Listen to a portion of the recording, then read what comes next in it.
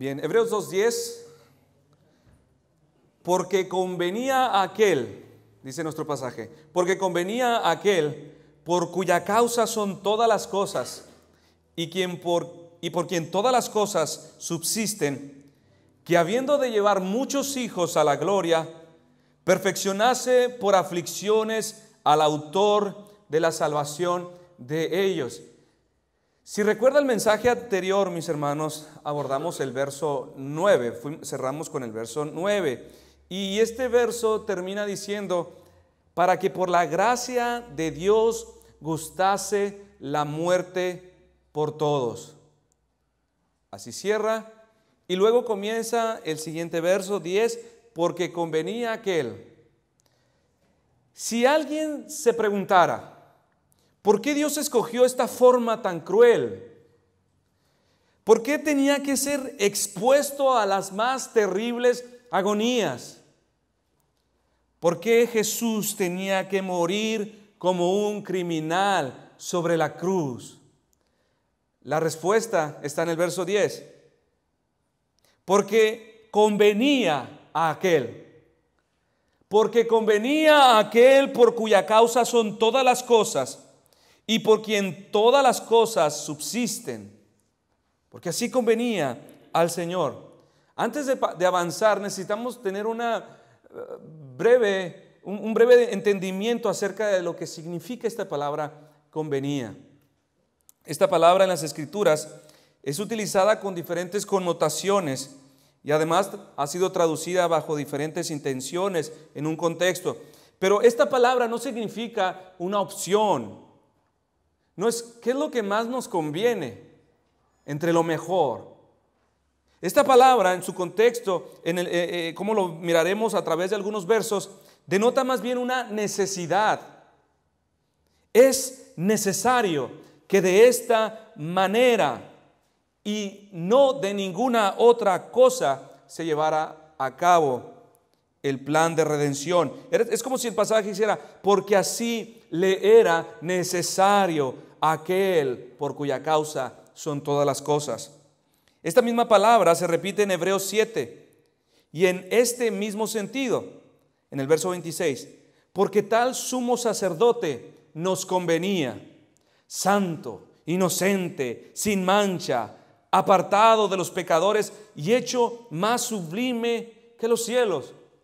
Esto nos convenía a nosotros, nos convenía otro como nosotros, verdaderamente hombre, un segundo Adán que nos representara delante de Dios, pero nos convenía que fuese inocente, apartado y más sublime que los cielos, para no ser engañado como el primero, ni derrotado por Satanás como el primero, que sea tan sabio, aún omnisciente, para no olvidar a detalle las cosas que demandan nuestra redención, cumplir a cabalidad la misión tan grande que tiene por delante, que sea tan fuerte como el mismo Dios para sufrir en las manos terribles de su justicia y no sea destruido.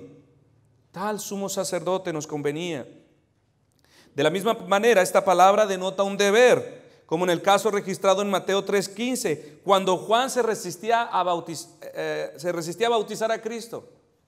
En Mateo 3:15 dice, mas Juan se le oponía diciendo, yo necesito ser bautizado por ti y tú vienes a mí. Pero Jesús le respondió, deja ahora, porque así conviene. Esto es el deber. El deber es que cumplamos toda justicia. La cruz, la muerte, era el deber, era necesaria, no era un plan de contingencia. Este era el deber que tenía que ser asumido para el cumplimiento de la justicia de Dios. Esto convenía a Dios. Solo Cristo muriendo sobre una cruz, las bocas se cerrarían y diríamos, verdaderamente el pecado es tan terrible. Verdaderamente Dios ha hablado en el pasado. No tendrá de ninguna manera por inocente al culpable. Una cruz al Hijo de Dios muriendo sobre esa cruz, es la verdad que comunica con respecto a Dios. Si Jesús no hubiese muerto sobre una cruz, si no hubiese habido un Cristo, un segundo Adán muriendo sobre la cruz, la justicia de Dios hubiera sido cuestionada. Los ángeles, al revelarse al instante, fueron condenados. ¿Pero qué de los hombres?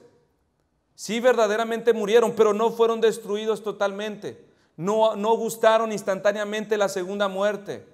¿Qué de la justicia de Dios? Romanos 3, 24 al 26. Siendo justificados gratuitamente por su gracia, mediante la redención que es en Cristo Jesús. Verso 25. A quien Dios puso. ¿Dónde lo puso? En una cruz, como propiciación por medio de la fe en su sangre. Atención. Para manifestar su justicia a causa de haber pasado por alto en su paciencia los pecados pasados, con la mira de manifestar en este tiempo su justicia, a fin de que sea el justo y el que justifica al que es de la fe en Jesús. Asimismo, también esta palabra en Tito es traducida como de acuerdo, para denotar algo que está conforme, algo que armoniza perfectamente y no discrepa entre dos puntos. Tito 2:1. Pero tú habla lo que conviene, lo que está de acuerdo, lo que armoniza con la sana doctrina. La cruz de Cristo armoniza, está de acuerdo con el carácter de Dios. Y no solo eso, armoniza también perfectamente con la necesidad del hombre. Solo allí, mis hermanos, solo allí en la cruz se resuelve el gran dilema de la salvación. Solo Cristo muriendo sobre una cruz hace justicia tanto a Dios como a los hombres. De Dios no se compromete su justicia, sino es sentenciada y aplicada. Y a los hombres a quienes habría de ser ejecutada, a los que debería ser aplicada, les salva, les guarda de no ser destruidos. Y así Jesús muriendo en la cruz le cumple a Dios y le cumple a los hombres sin defraudar a ninguno de los dos. Siendo ahora Cristo sobre esa cruz la eterna reconciliación entre Dios y nosotros. Esta palabra convenía también aparece en las Escrituras para denotar un adorno, el adorno por excelencia. Timoteo 2:10. Asimismo, que las mujeres se atavíen de ropa decorosa, con pudor y modestia, no con peinado ostentoso, ni oro, ni perlas, ni vestidos costosos, sino con buenas obras, como corresponde, como conviene a mujeres que profesan santidad. Esta palabra está diciendo, hay un adorno más excelente, y esto es que se atavíen de buenas obras, como corresponde a aquellas que profesan piedad. Entonces, la cruz sería precisamente el adorno que corresponde a todas las glorias divinas. Solo a través de Jesucristo muriendo en esa penosa cruz se desplegarían y se darían a conocer tanto en la tierra como en el cielo el máximo esplendor de la gloria de Dios. En este sentido es que esta cruz sangrante en la cual padeció Cristo era más que una opción, era más que una buena idea, era el deber, era lo que armoniza, era necesaria, así debía de ser. Era lo que podía armonizar con el propósito reconciliador entre Dios y la humanidad. Es la cruz, la joya suprema y radiante que adorna perfectamente la gloria de Dios. Gloria jamás contemplada, ni en los cielos, ni en la tierra. Mis hermanos, nuestra deuda era tan grande, tan profunda. Nos encontrábamos en una devastación total. No había posibilidad para una segunda oportunidad, pues la oportunidad que nos fue dada en Adán la perdimos. La salvación no es cuestión de una oportunidad y qué decides, la tomas o la dejas. Ya nos fue dada y la perdimos. Además estábamos ahora, después de esta caída, estábamos tan muertos en nuestros pecados como para siquiera poder ejercer una acción voluntaria a favor de nuestra salvación. Después de la caída, nuestra más grande necesidad es otro Adán que nos represente, un segundo Adán. Uno que quiera representarnos a todos nosotros, pero este tiene que amarnos más que el primero. De hecho, tiene que amar incondicionalmente, porque este nos ha de encontrar siendo pecadores y pecadoras. Que nos ame más que su propia vida y no se avergüence de identificarse con uno de nosotros. R.C. Sproul dijo: el primer Adán le dijo a Dios: no me culpes, culpa a mi mujer. El segundo dijo: no culpes a mi esposa, cúlpame a mí. Necesitamos a otro que sea más puro y limpio que los ángeles. Necesitamos a otro que pueda ofrecer su vida en rescate. Pero este alguien no solo tiene que tener vida, tiene que ser la vida misma. Necesitamos a alguien que no sea mutable como el primero, sino uno inmutable para asegurar nuestra permanencia por siempre y no falle después de un tiempo. ¿En qué hombre podríamos encontrar estos requisitos? Si alguno de nosotros mirara alrededor de la tierra, no lo encontraríamos. Aun si pudiéramos subir al cielo, no lo encontraríamos. Un ángel, por excelso y sublime, no nos sirve, porque tiene que ser semejante a nosotros. Si esta fuera la consulta entre los hombres, necesitamos un segundo que tenga estas cualidades para ser nuestro Redentor. Ni en la tierra ni en los cielos lo encontraría. Entonces nuestra redención es algo imposible, nuestra salvación es algo impensable, no es algo a lo cual el hombre puede aspirar después de la caída. Pero un momento, mis hermanos, no es todo lo que se necesita, no es lo peor. También tiene que satisfacer plenamente a Dios. Él es el ofendido y Él también tiene que demandar algo. ¿Quién podría profundizar ahora hasta lo profundo del alma de Dios para conocer lo que a Él le desea, para que su alma quede satisfecha en lo que ofendimos? ¿Quién podría entonces ahora ser salvo? Simplemente, mis hermanos, estábamos perdidos totalmente. No había posibilidad, no había forma. Nuestro lamento sería un eco como Job en sus dolores, a partir del verso 9, capítulo 9, verso 28. Me turban todos mis dolores. Sé que no me tendrás por inocente. Yo soy impío. ¿Para qué trabajaré en vano? Aunque me lave con aguas de nieve y limpie mis manos con la limpieza misma, aún me hundirás en el hoyo y mis propios vestidos me abominarán. Porque no es hombre como yo, para que yo le responda y vengamos juntamente a juicio. Él no es igual a mí, Dios no es igual a mí. No podemos sentarnos y dialogar y llegar a un acuerdo. Es lo que está diciendo Job. No hay entre nosotros árbitro, no hay entre nosotros un intermediario que ponga su mano sobre nosotros dos. Quite de sobre mí su vara y su terror no me espante. Esto es lo que está diciendo Job en sus lamentos, y es una verdad acerca del estado devastador del hombre. Pero un momento, Génesis 3:15.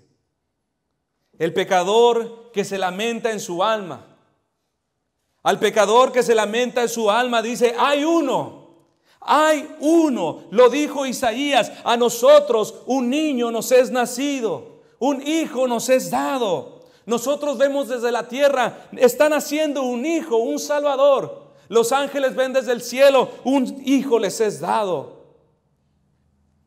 Tanto hombre como divino les es dado, y nos es dado con el principio sobre su principado, sobre su hombro, y se llamará su nombre admirable, consejero, Dios fuerte, Padre eterno, príncipe de paz. Así convenía que fuera hecho. que el que moría en la cruz fuera tanto hombre como divino, tan humano y tan Dios al mismo tiempo. Así convenía, mis hermanos. Y gloria a Dios que Cristo estuvo dispuesto, porque no lo necesitaba. Mis hermanos, despreciar a Cristo es la cosa más terrible.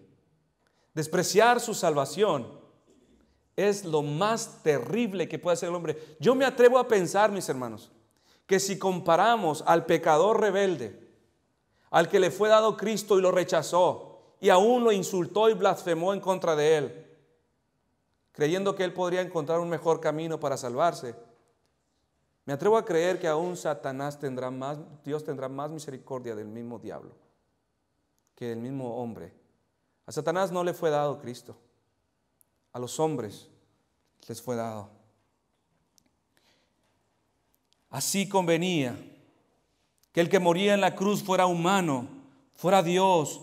Nuestro amado Cristo estuvo dispuesto a proveer lo que miserables hombres y mujeres necesitábamos. No hubo ojo, dijo Ezequiel, que se compadeciese de ti para hacer algo de esto, teniendo de ti misericordia, sino que fuiste arrojada sobre la faz del campo con menosprecio de tu vida en el día que naciste. Y yo pasé junto a ti y te vi sucia en tus sangres. Y cuando estabas en tus sangres te dije, vive. Sí, te dije cuando estabas en tus sangres, vive. Lo que fue hecho por Dios a través de Jesucristo, mis hermanos, era consecuente con su carácter. Era consistente con su sabiduría. La obra de la cruz fue la obra maestra de sabiduría. Dios resolvió allí el dilema que ningún ángel, ningún humano podría haber resuelto. Lo que Dios hizo armonizaba con su santidad, porque allí vimos el desprecio por el pecado. Mis hermanos, si a usted le dicen, imagine qué tanto aborrecimiento, desprecio debe de haber en el pecado para que Dios lo haya matado y castigado aún en Cristo. ¿Qué cosa tendría que haber sobre tu mismo hijo para que tú seas capaz de asesinarlo, de quebrantarlo hasta la muerte? Allí en Cristo podemos ver la superioridad de su santidad y el desprecio tan terrible que Dios siente por el pecado. Esta cruz, Cristo muriendo sobre la cruz, fue consistente con su gloria, porque allí observamos el mayor despliegue de su poder. Pues en unas cuantas horas millones de pecadores fueron librados de una eterna condenación. Fue la máxima expresión de su amor, porque de tal manera amó Dios al mundo. La cruz fue el adorno de su amor. Lo que hizo a través de Jesucristo fue el adorno brillante de su gracia, porque el sacrificio era sustitutivo. Toda esta cruz era necesaria al Dios Trino. Así convenía al Padre, así convenía al Hijo y al Espíritu Santo. Así convenía a aquel, nos dice nuestro pasaje.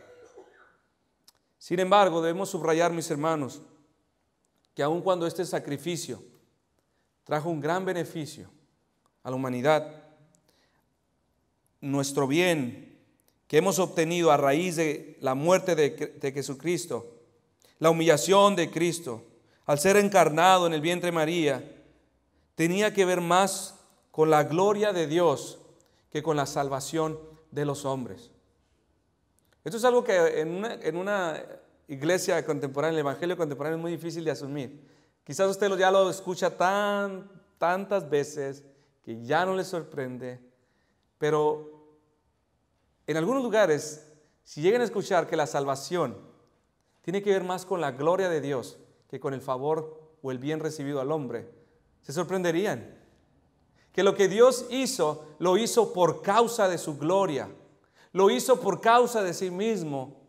Es algo que no cabe en las mentes de muchos que profesan ser cristianos. Y esto es lo que estamos diciendo. La muerte de Cristo tenía que ver más con la gloria de Dios que con la salvación de los hombres. Recuerda en Lucas 2:14, cuando los ángeles cantaban, Gloria a Dios en las alturas, anunciando el nacimiento de Cristo. Cuando Jesús ministraba en la tierra, dijo en Juan 17:4: yo te he glorificado en la tierra, he acabado la obra que me diste que hiciese. Y antes de enfrentar la cruz, el Padre reconoció que el Hijo, mientras vivía, había glorificado su nombre, pero que aún estaba pendiente un mayor despliegue de gloria al padecer la cruz. Jesús dijo en Juan 12:28: Padre, glorifica tu nombre. Entonces vino una voz del cielo: lo he glorificado. Y agrega: y lo glorificaré otra vez cuando Cristo llegara a la cruz. Se ha dicho, mis hermanos, que esa cruz de madera tosca ha sido el mejor púlpito para predicarnos a Dios. Fue desde ese púlpito sangrante donde Jesucristo predicó el sermón más poderoso acerca de quién es Dios. Fue sobre esa cruz. Y bien profetizó Isaías: cuando Cristo subió a ese púlpito, lo hizo sin abrir la boca. Angustiado él y afligido, no abrió su boca. Como cordero fue llevado al matadero, y como oveja delante de sus trasquiladores, enmudeció y no abrió su boca. Y así, sin palabras, la creación entera escuchó el más precioso de los sermones jamás predicado. Dios justifica al impío. Dios perdona al pecador. Dios salva al malvado. Gloria de glorias jamás contada ha sido sobre ese púlpito sangrante donde la máxima muestra de poder ha sido dada a conocer. Todas las obras de Dios, mis hermanos, de la creación, sea en la tierra, sea en el universo, sea en los mismos cielos, la inmensidad, sus mundos, la belleza de este mundo, nos hablan de la grandeza de Dios. Pero todas estas cosas, mis hermanos, todas estas cosas que declaran la gloria de Dios, son grises en comparación con la gloria que se despliega desde la cruz, desde aquel lugar donde Cristo sangrando no abrió su boca. Sabemos que esto no significa que Jesús no habló, porque Él hizo 7 declaraciones antes de morir sobre esa cruz. Lo que significa es que Él no se quejó del castigo que recibía. Significa que aun cuando Él era inocente, no abrió su boca para decir: ¿por qué a mí? ¿Por qué no le echas la culpa a ellos? Porque Él tomó su pecado como suyo. Él tomó nuestro pecado, nuestras inmoralidades como suyas, tus pensamientos como suyos. Y cuando estaba en la cruz recibiendo la sentencia del pecador, con su silencio afirmaba: esto es justo. Soy culpable de ser tratado de esta manera. Soy culpable de ser avergonzado públicamente. No abrió su boca, no se quejó contra el Padre y dijo: Señor, esto no es mi culpa. Vea cómo al menos 2 salmos mesiánicos confirman esto. El Salmo 69 dice: sálvame, oh Dios, refiriéndose a Cristo, porque las aguas han entrado hasta el alma. Estoy hundido en cieno profundo, donde no puedo hacer pie. He venido a abismos de aguas y la corriente me ha anegado. Cansado estoy de llamar, mi garganta se ha enroquecido. Han desfallido mis ojos esperando a mi Dios. Se han aumentado más que los cabellos de mi cabeza los que me aborrecen sin causa. Se han hecho poderosos mis enemigos, los que me destruyen sin temer por qué. ¿Y he de pagar lo que no robé? Agrega: Dios, tú conoces mi insensatez y mis pecados no te son ocultos.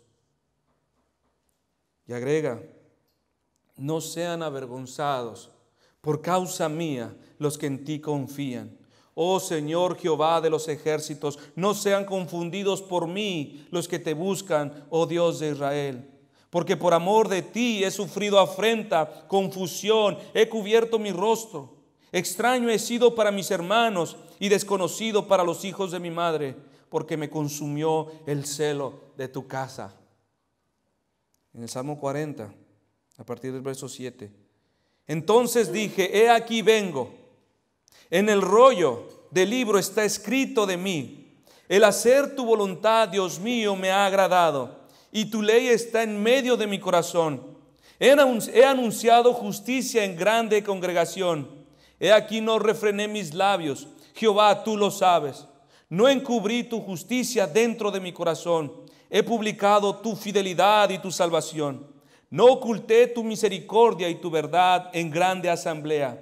Jehová, no retengas de mí tus misericordias. Tu misericordia y tu verdad me guarden siempre, porque me han rodeado males sin número. Me han alcanzado mis maldades. Sabiamente se ha dicho que la pregunta más importante en el cielo y en la tierra es: ¿cómo podría justificar Dios al impío sin ser una abominación? ¿Cómo podría condenar al justo sin ser Dios abominación? En Proverbios 17:15 dice: el que justifica al impío y el que condena al justo, ambos son igualmente abominación a Jehová. Pero Dios encontró una forma, de manera que no sería abominación, de manera que encontró una manera conveniente donde Cristo habría de satisfacer la justicia de Dios muriendo en sus manos por los pecadores, para entonces poder ofrecer perdón y dar libertad a los pecadores. Pero ¿cómo podría Él perdonar si solo Dios puede perdonar? Por esta razón tenía también que ser Dios. Y esa es la revelación del Evangelio, que podemos contemplar la manera sabia en que Dios obró con el fin de poder preservar su justicia mientras perdonaba al impío. Un pecador que hoy descienda al infierno, sobre él recaerá, mis hermanos, eternamente la justicia de Dios y jamás será saciada. Pasarán 1000 años y esto ni siquiera empieza. Pasarán 2000 años y esto ni siquiera empieza. Continuará. ¿Alguna vez te dolió la cabeza? ¿Una migraña? Ustedes saben que yo padezco de eso. Son terribles. Cuando te hacen volver el estómago, es porque ya estás amarillo. Yo soy morenito, me pongo amarillo. Parezco canadiense cuando me da una migraña. Hermanos, es en ese momento cuando pienso en el infierno. Ese dolor dices, ya quiero que se me quite. Y estás dispuesto a que te pongan 2, 3 inyecciones si es necesario. Pero yo no puedo, ahí es cuando contemplo la idea, pasar el resto de mi vida así, y la eternidad de las eternidades. Ahora, esto es incomparable, mis hermanos. Esto es incomparable. Jonathan Edwards hizo una resolución al respecto. Dijo, cada vez que yo siento un dolor, dijo, meditaré en los terrores del infierno. Y estos son, a veces los dolores, mis hermanos, de estos sirven. Son advertencias, como un recordatorio. Hey, de esto has sido salvado. De esto, algo mucho más terrible. Los ángeles caídos también serán eternamente atormentados. No podrán agotar la justicia de Dios. Estos demonios continuarán y continuarán bebiendo la copa de ira inagotable. Un raudal, un Niágara de ira desbordándose. Cuando hemos ido a algún lugar, ¿no?, donde hay una cascada, o como por las cataratas del Niágara, no he ido, pero he visto. Mi pregunta es, años y años desbordando agua en cantidad. Tan así es su gracia, pero también así es su ira. No se agota, desbordándose. Solo, mis hermanos, sobre esa cruz, en unas cuantas horas, la justicia de Dios fue sorbida en su totalidad. La eternidad de eternidades que habría de consumir a cada pecador, solo en este hombre hecho menor a los ángeles, pero más sublime que los cielos, la eternidad que nos correspondía a nosotros beber, fue bebida por Cristo en un solo instante. La última gota de la copa la bebió. Este púlpito sobre el cual Cristo murió nos predica que Dios es fiel en sus tratos y verdaderos. Cuando Adán pecó, Dios le dijo, bueno, antes de pecar, Dios le advirtió, porque ciertamente el día que de él comieres, morirás. Estas fueron las palabras de advertencia a Adán. Pero murió espiritualmente, pero ¿por qué no fue destruido en su totalidad? ¿Por qué no gustó lo que la Biblia llama la segunda muerte? ¿Qué fue lo que vimos? ¿Vimos a Dios viniendo sobre él con una espada? No. Vimos a Dios compasivo, lleno de misericordia, con sus manos llenas de gracia, preguntando, Adán, ¿dónde estás? ¿Por qué te has escondido? Y sobre sus manos traía nuevos delantales para cubrir su vergüenza. Si este fuese todo, el todo de la historia, la justicia de Dios habría sido cuestionada. Pero vemos al segundo Adán, mis hermanos, quien también se encontró con Dios como el primero. Pero esta vez Dios no venía con misericordias en su mano, sino traía una espada de justicia encendida y lista para traspasar su corazón. Ciertamente se cumplió su palabra. Porque comiste y desobedeciste mi voz, morirás. Y el Hijo murió. Si nos tomáramos el tiempo, mis hermanos, para ir por página por página de la Biblia, para descubrir lo que significa ser pecador delante de los ojos de Dios, nos preguntaríamos, ¿cómo es posible que aún vivamos? ¿Cómo es posible que aún puedan dar gracias? ¿Cómo es posible que aún puedan sonreír, puedan planear y puedan tener esperanza?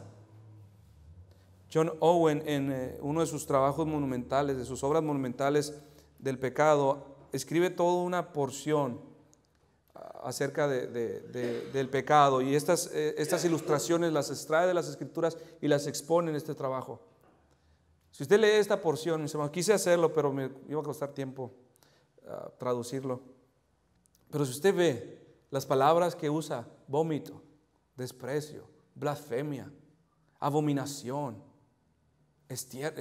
excremento, fosa, sangre descompuesta, todos estos términos que Dios usa para mostrar el desprecio, el repudio que siente sobre el pecador, nos haría preguntar, ¿cómo puede ser posible que los pecadores hayan encontrado favor delante de Dios? Porque habría una cruz.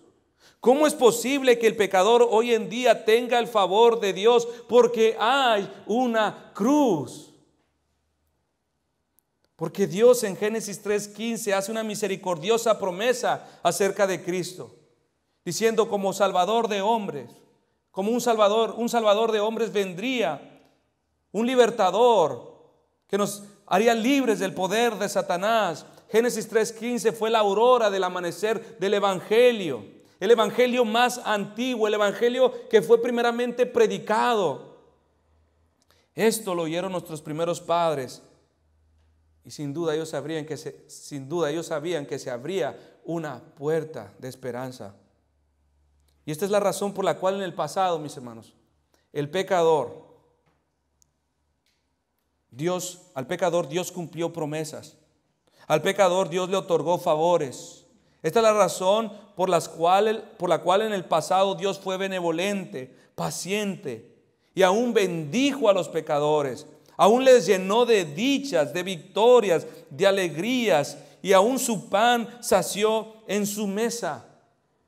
Si lo ponemos en términos financieros, mis hermanos, la obra de Cristo vendría siendo algo así. Todo lo que Dios concedió a los pecadores en el pasado, antes de la cruz, es como si Dios hubiese hecho toda esta bendición, dado esta bendición, estos favores a crédito, hasta que entonces viniera el pago por cada una de esas bienaventuranzas, por cada una de esas bendiciones, aun cuando no había sido pagado. Pero ahora nosotros, que este sacrificio ya ha sido dado, es como si fuese dado ya a nuestra cuenta de débito. Y ha sido depositado este pago. Ahora nosotros estamos tomando de las riquezas de gracia de Dios. Pero la centralidad está sobre esa cruz donde fue pagada toda nuestra cuenta. A Jesús, así Jesús, por medio de su cruz, defendió y concedió los intereses de ambas partes. Esto es de Dios y de los hombres. Porque así convenía, dice Hebreos 2:10, a la manifestación de su poder, a la manifestación de su sabiduría, a la satisfacción de su justicia, a la veracidad y misericordia de aquel, por cuya causa son todas las cosas y por quienes todas las cosas subsisten, que habiendo de llevar muchos hijos a la gloria, perfeccionase por aflicciones al autor de la salvación de ellos. Entender esto, mis hermanos, entender el porque así convenía, sirve para cerrar la boca de aquellos que se sientan en el trono de Dios y usan sus propios razonamientos para determinar cómo debería ser aquella forma más adecuada, aquella forma más digna para salvar a los hombres. Entender esto sirve para apagar cualquier intento mental por cuestionar a Dios y sugerir una opción, según mis razonamientos, más viable para Dios llevar a cabo sus santos propósitos. A muchos hombres la idea de un Salvador sufriente es una idea completamente inapropiada e indigna para el Dios del universo, para el Dios de la gloria. Recuerda a los judíos al pie de la cruz, cuando presenciaban a Cristo muriendo en medio de dos ladrones. Uno de los ladrones se burlaba de él y lo cuestionaba. Si tú vinieras de Dios, no te estuviera pasando esto. Si de verdad Dios fuera tu Padre, decían otros, ¿por qué no ha enviado ángeles a tu rescate? Si dices que de Dios has salido, ¿por qué no te bajas de la cruz y te salvas a ti mismo? Mírate, si tú fueras Dios, no estuvieras sobre esa cruz. Si tú fueras el Hijo de Dios. Ahora, mis hermanos, quiero voltear hacia ustedes y quiero preguntarle lo mismo. Quizás alguno de ustedes se hace estas preguntas.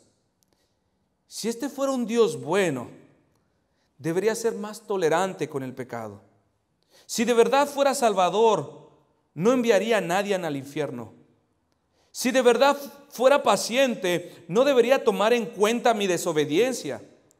Si de verdad le importara mi vida, no debería molestarle que tenga otras prioridades aparte de él. Si de verdad me amara, no debería ser tan exigente, tan demandante. ¿Es acaso esto lo que tus acciones afirman? ¿Es acaso lo que tus acciones cuestionan? ¿Es esto una interpretación moderna de un mejor Dios? Quizás es tu propia versión de un mejor Dios a quien servir, uno más tolerante, más amoroso y menos demandante. ¿De dónde sacamos esa idea de que Él es tolerante con el pecado? ¿De dónde sacas esa idea que Él puede estar en segundo o en tercer lugar en tu vida? ¿De dónde sacas que este Dios no se tomará en serio tu desobediencia? ¿De dónde sacas que este Dios es una opción entre tus ocupaciones y su gloria? ¿De dónde sacamos que este Dios al que servimos no tomará en cuenta nuestro pecado y lo dejará sin castigo? ¿De dónde sacas que este Dios no disciplina al que ama? Quizás tú te preguntas lo mismo. Al Dios que yo serviré debe ser más digno que este que cuelga de la cruz. Y ahora tú sirves a uno mejor. Sirves a aquel que es más complaciente contigo, aquel que te pone en tus manos el control de tu televisor y aún las pantuflas en tus pies, aquel que de ninguna manera te perturbará con palabras grotescas ni fuertes.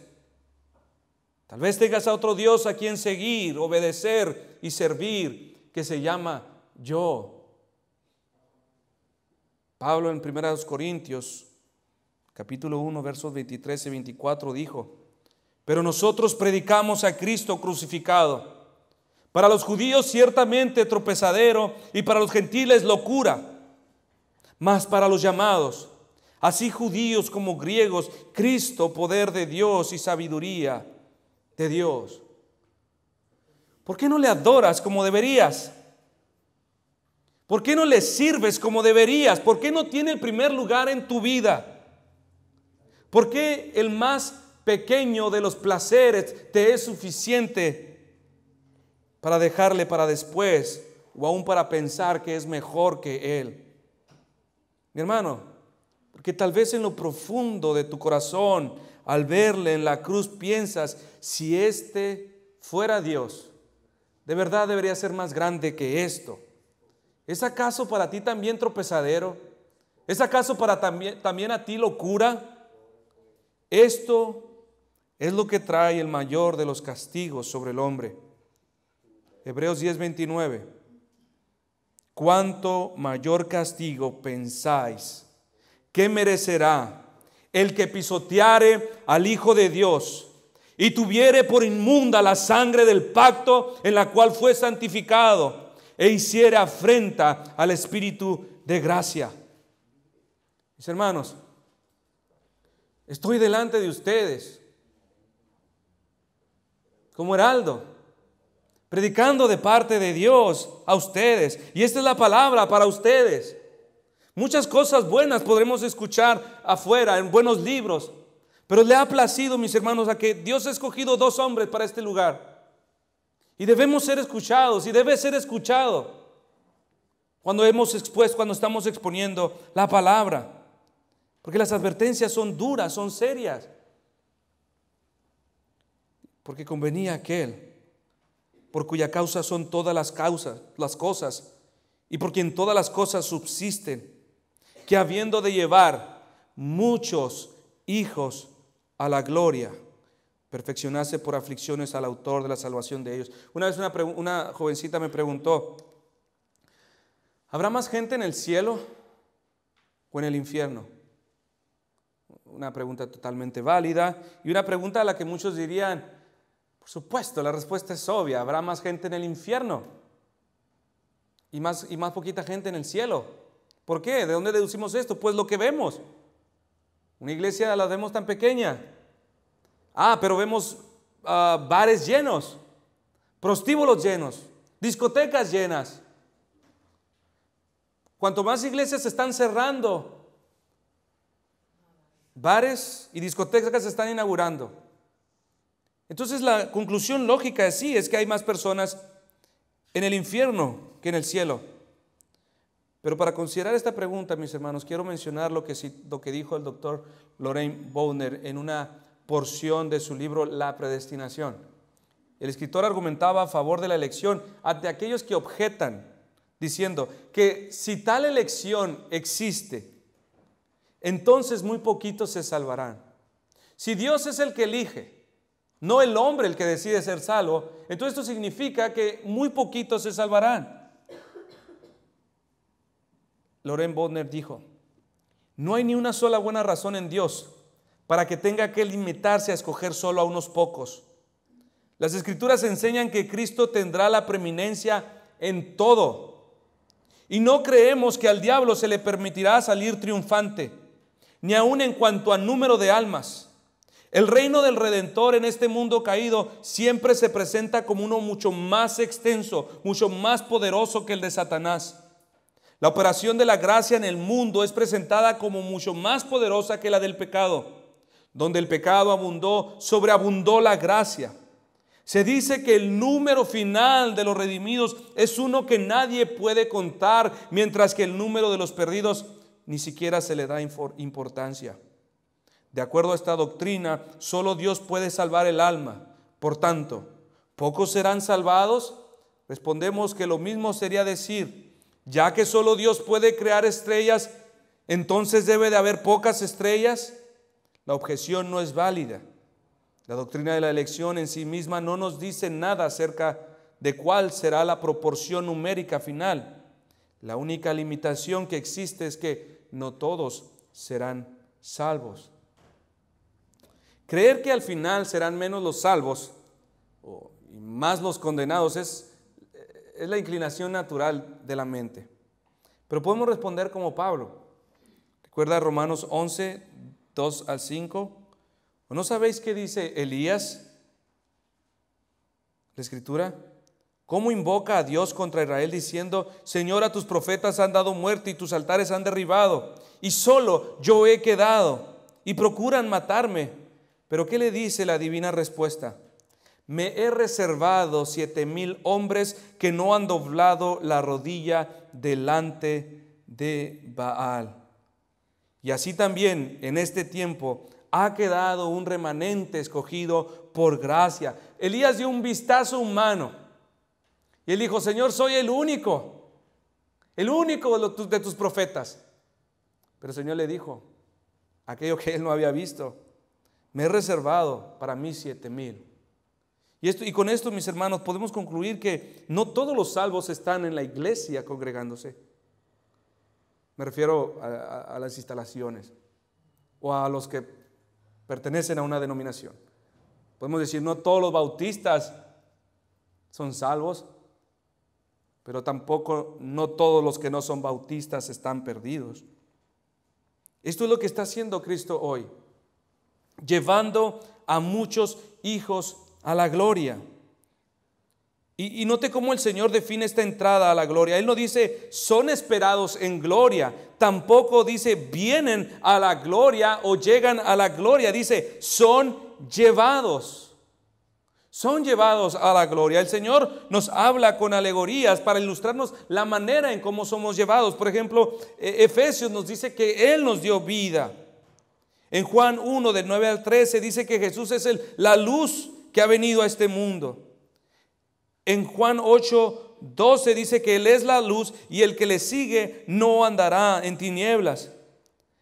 En Juan 10 Él dice que es el buen pastor que ha de traer a sus ovejas y que éstas oirán su voz y habrá un rebaño y un pastor. Estas alegorías, mis hermanos, nos enseñan en la forma en cómo estos son llevados a la gloria, en cómo cada cristiano será llevado a la gloria. Primero, estos no pueden ni siquiera responder porque dice que están muertos. Necesitan ser vivificados. Y esto por voluntad de hombre y no por voluntad de Dios y no de hombre. Y si fuesen dejados a su suerte teniendo vida, se perderían. ¿Por qué? Porque la Escritura también afirma: están en tinieblas, así que necesitan luz. Y si les fuese dada la luz para ver, no sabrían a dónde ir. Por eso tiene que venir el pastor aún, tomarlas y llevarlas. Todo aquel que entre por la puerta angosta es porque ha sido llevado por Cristo. Con esto en mente puedo decir con toda seguridad: no iremos a la gloria, seremos llevados a ella.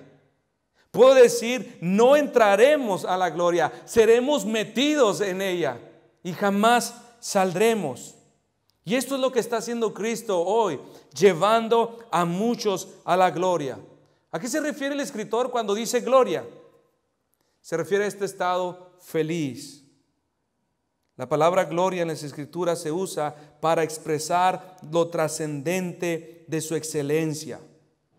Si damos un vistazo breve a las Escrituras, podemos ver que a las excelencias y atributos de Dios les dice la gloria de su majestad, la gloria de su poder, la gloria de su gracia, la gloria de su justicia. Pero también sabemos que el máximo esplendor de la gloria de Dios en el cielo se encuentra siendo revelado en la faz de Jesucristo, quien es el resplandor de la gloria de Dios.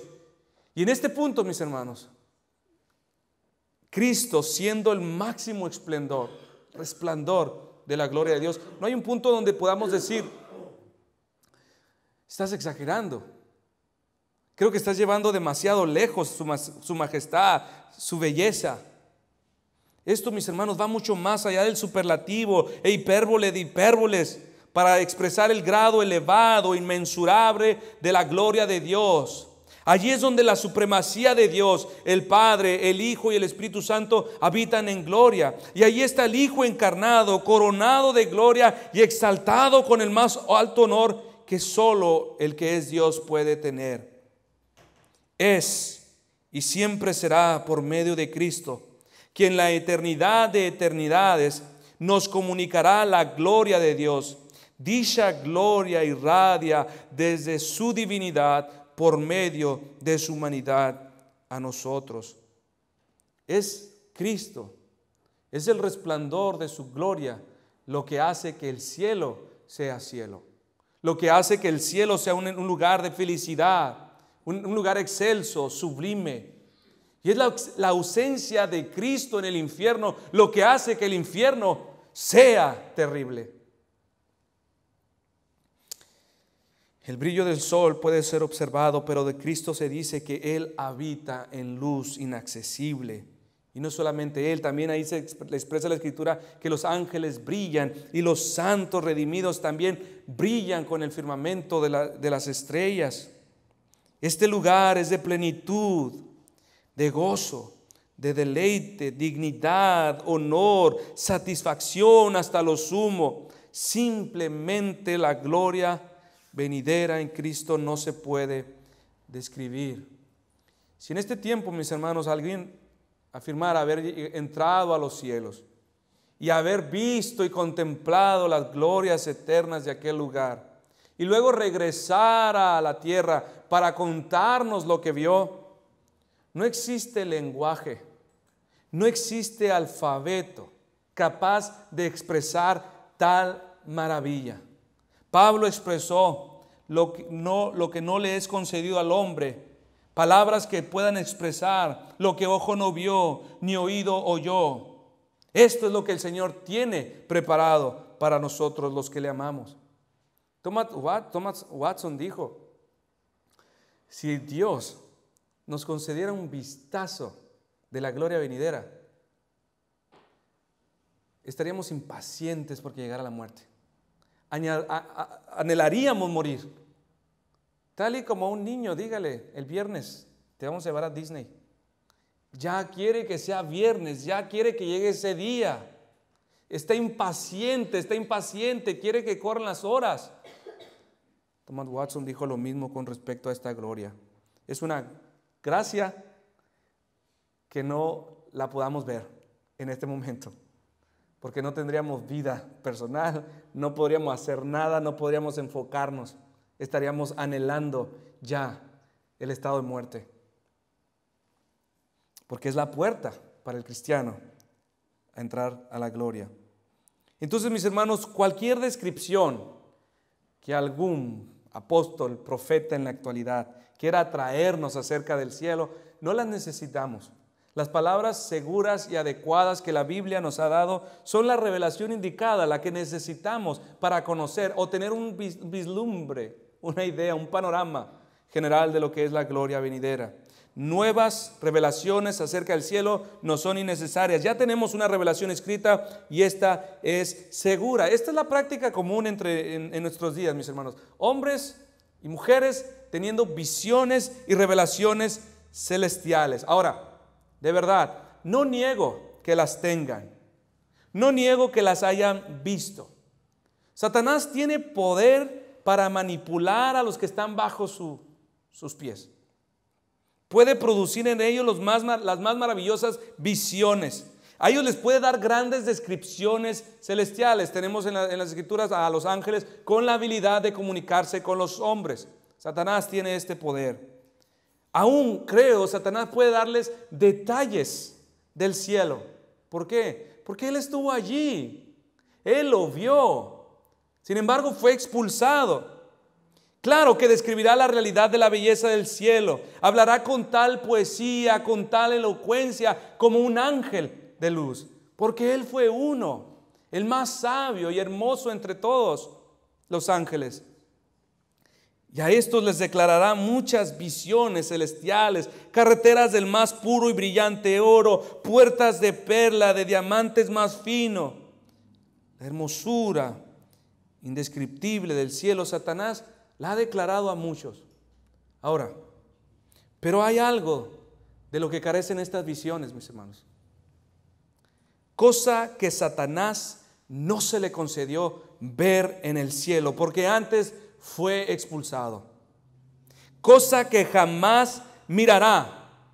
Y de esto mismo carecen todas las visiones falsas, todas estas visiones celestiales de estos profetas y apóstoles. La belleza insuperable, la gloria de glorias que se derrama como un caudal desbordante. Cristo encarnado, resucitado, glorificado y entronado en el trono altísimo de Dios.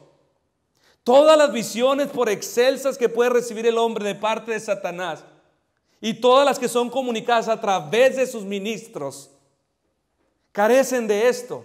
Ellos se quedan con las perlas, se quedan con las puertas y las calles de oro, pero ninguno de ellos puede ver al que está entronado en el trono de Dios, Cristo, aquel que vuelve grises todas estas cosas en comparación a su belleza. No son la gloria de estas visiones, celestiales que les son dados a estos hombres, y las cuales los que se congregan con ellos se afanan. No son gloriosas porque ahí está Cristo, el Salvador de los hombres. Estas visiones no se centran en la visión gloriosa de Cristo glorificado y exaltado, sino en las piedras preciosas y las riquezas del cielo, desviando la vista de aquel que dijo: mirad a mí y sed salvos. Este era el temor de Pablo. En 2 Corintios él dijo: pero temo que como la serpiente con su astucia engañó a Eva, vuestros sentidos sean de alguna manera extraviados de la sincera fidelidad de Cristo. También por esto oraba en Efesios 1: no ceso de dar gracias a Dios por vosotros, haciendo memoria de vosotros en mis oraciones, para que el Dios de nuestro Señor Jesucristo, el Padre de gloria, os dé espíritu de sabiduría y de revelación en el conocimiento de Él, alumbrando los ojos de vuestro entendimiento, para que sepáis cuál es la esperanza a que Él os ha llamado y cuáles las riquezas de la gloria de su herencia en los cielos. Repito, el cielo es cielo porque allí está Cristo. Esta es nuestra esperanza. No vamos a un lugar necesariamente, vamos a una persona. Esto es lo que hace valiosa la esperanza del cristiano, que él, su expectativa del cielo no es que va a entrar a un estado de felicidad donde no va a tener problemas, es que va a conocer a su Salvador, va a conocer a su Redentor. En esto puedes también medir la sinceridad de tu profesión. ¿Qué anhelas?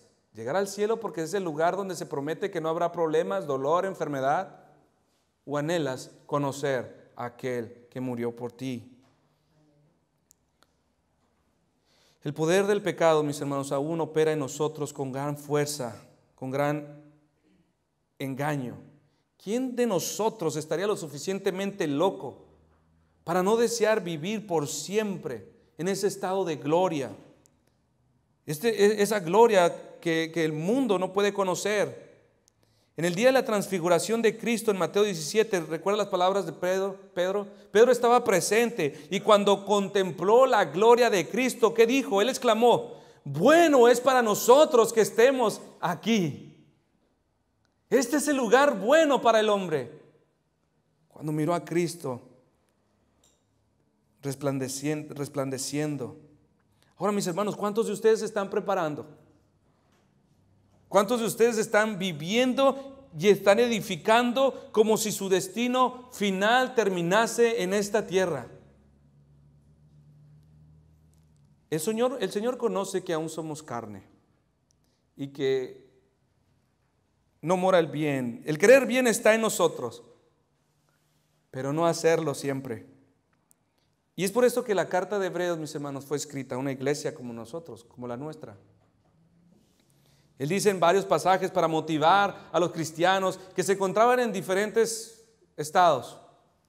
En una parte dice: temamos, pues no sea que permaneciendo aún la promesa de entrar en su reposo, alguno de vosotros parezca no haberla alcanzado. A otro les dice: procuremos pues en entrar en aquel reposo, para que ninguno caiga en semejante ejemplo de desobediencia. A otro les dice: acerquémonos pues confiadamente al trono de la gracia. A otros les dice, por tanto, dejando ya los rudimientos de la doctrina de Cristo, vamos adelante a la perfección. A otros les dice, acerquémonos con corazón sincero, en plena certidumbre de fe, purificados los corazones de mala conciencia y lavados los cuerpos. A otros les dice, mantengamos firmes, sin fluctuar, la profesión de nuestra esperanza. A otros dice, considerémonos unos a otros para estimularnos, para motivarnos. A otros les dice, no dejando de congregarnos como algunos tienen por costumbre. A otros les dice, por tanto, nosotros también, teniendo en derredor nuestro tan grande nube de testigos, despojémonos de todo peso del pecado que nos asedia y corramos con paciencia. A otros, así que recibiendo nosotros un reino inconmovible, tengamos gratitud, mediante ella sirvamos a Dios, agradándole con temor. A otros les dice, salgamos pues afuera del campamento, llevando su vituperio. A otros, ofrezcámonos siempre a Dios por medio de Él en sacrificio de alabanza. A uno les dice, no dejen de congregarse. A otros, manténganse constantes. A otros, si hay que sufrir, aguantemos un poco más. A otros, sean agradecidos. A otros, despójense del pecado. A otros, acerquémonos. A otros, anímense. A otros, corran, vamos adelante. Que nada, sea lo que sea, les desvíe de perder la vista de su galardón. No hay una posición estática en el cristiano, mis hermanos. Si usted cree que está estancado, es una u otra. ¿Avanzas o retrocedes? Hay unos que están más afianzados que desde el principio, pero otros están más sueltos de lo que estuvieron en el principio. La evidencia, lo hemos mencionado, de ser un verdadero cristiano es la perseverancia. Es la perseverancia, porque es el poder de Cristo en nosotros que nos preserva. No digo que un cristiano no va a tener momentos de desánimo y retroceso, pero esa no es la marca de su vida. Esa no es la marca que le distingue. La marca que distingue es la perseverancia en las cosas del Señor. Puede retroceder, pero tarde que temprano va a dar 3 pasos. Puede retroceder 2 y luego dará 4. Retrocederá 3 y luego dará 6. Su marca es perseverando, perseverando. Ahora, mis hermanos, si esto que estoy diciendo te incomoda y aún le duele en el alma, esto es para ti. Ninguno de sus santos será olvidado por Cristo. Esa es su promesa, nunca dejarnos, nunca abandonarnos, sino que a pesar de todos nuestros enemigos, Él se asegurará que entres al estado de gloria. Algunos de ustedes van a llegar golpeados, arañados, zarandeados, azotados, abofeteados, quizás arrastrándonos, sedientos, hambrientos, pero entraremos. Hoy somos semejantes a su aflicción, pero al cruzar esa línea, seremos semejantes a su gloria. Al interior de nuestras almas seremos abatidos y golpeados por nuestros enemigos espirituales, pero Él será como el buen samaritano de Lucas. Él te mirará herido en el camino y tendrá compasión de ti. Se acercará a ti, vendará tus heridas, te ungirá con aceite y vino, te pondrá sobre la cabalgadura de su caballo blanco, te llevará al mesón y cuidará de ti. Y cueste lo que cueste tu cuidado, aún tu seguridad eterna, Él dijo, yo pago por Él. Él paga y Él ha pagado. Otros, mis hermanos, estarán en gran peligro de muerte. Pero así como Pablo, quien en medio de gran disensión, el tribuno tuvo miedo de que Pablo fuese despedazado por ellos, mandó que bajasen soldados y que lo arrebatasen de en medio para meterlo en el castillo, en Hechos 23:10. Así que los que estamos en Cristo, no hay poder, no hay fuerza, no hay tribulación, no hay tentación, no hay pérdida que nos pueda arrebatar de sus manos. Hermanos, lo más terrible que podría suceder al hombre es la muerte. Ni la muerte. Todo ha sido consumado, todo ha sido vencido por Cristo. Algo así como esta experiencia de Pablo le sucedió a Lutero. Cuando Lutero regresaba a su casa, el príncipe Federico de Sajonia, el sabio, organizó una intercepción de un secuestro simulado y lo atrapó, lo escondió y le salvó de la muerte y lo refugió en el castillo de Warburg. Allí estuvo reclutado por 10 meses. Ahí fue donde él tradujo el Nuevo Testamento al alemán. Y esta es la garantía, no solamente para lo que está en bíblico. Lutero vivió lo mismo y de muchas y diversas formas nosotros hemos sido salvados también.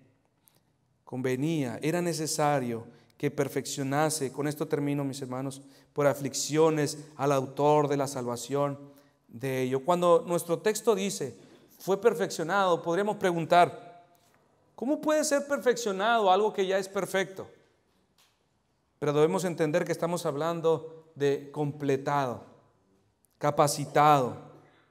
Esto es que a Cristo al final no le faltará nada. Él fue equipado para llevar esta misión. Él dice en Hebreos, más me preparaste cuerpo.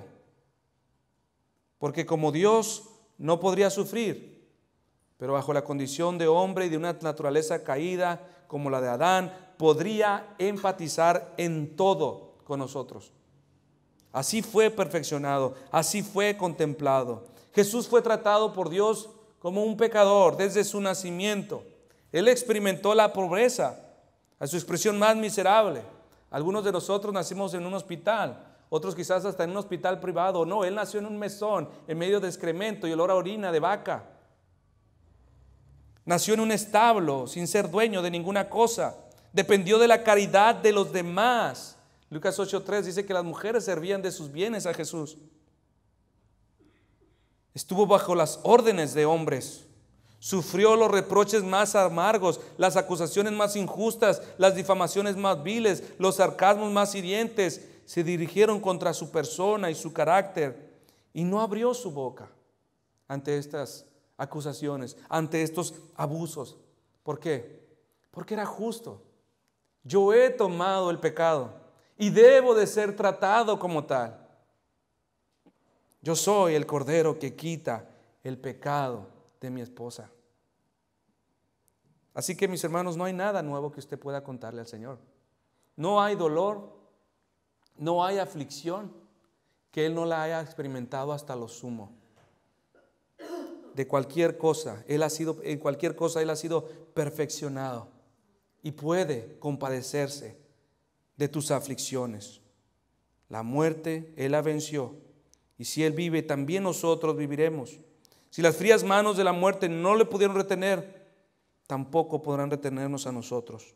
Así convenía muerte de cruz tanto a Dios, así convenía también a nosotros, para que por la gracia de Dios gustase la muerte por todos, porque convenía aquel por cuya causa son todas las cosas y por quien todas las cosas subsisten, que habiendo de llevar muchos hijos a la gloria, perfeccionase por aflicciones al autor de la salvación de ellos. Oremos, mis hermanos.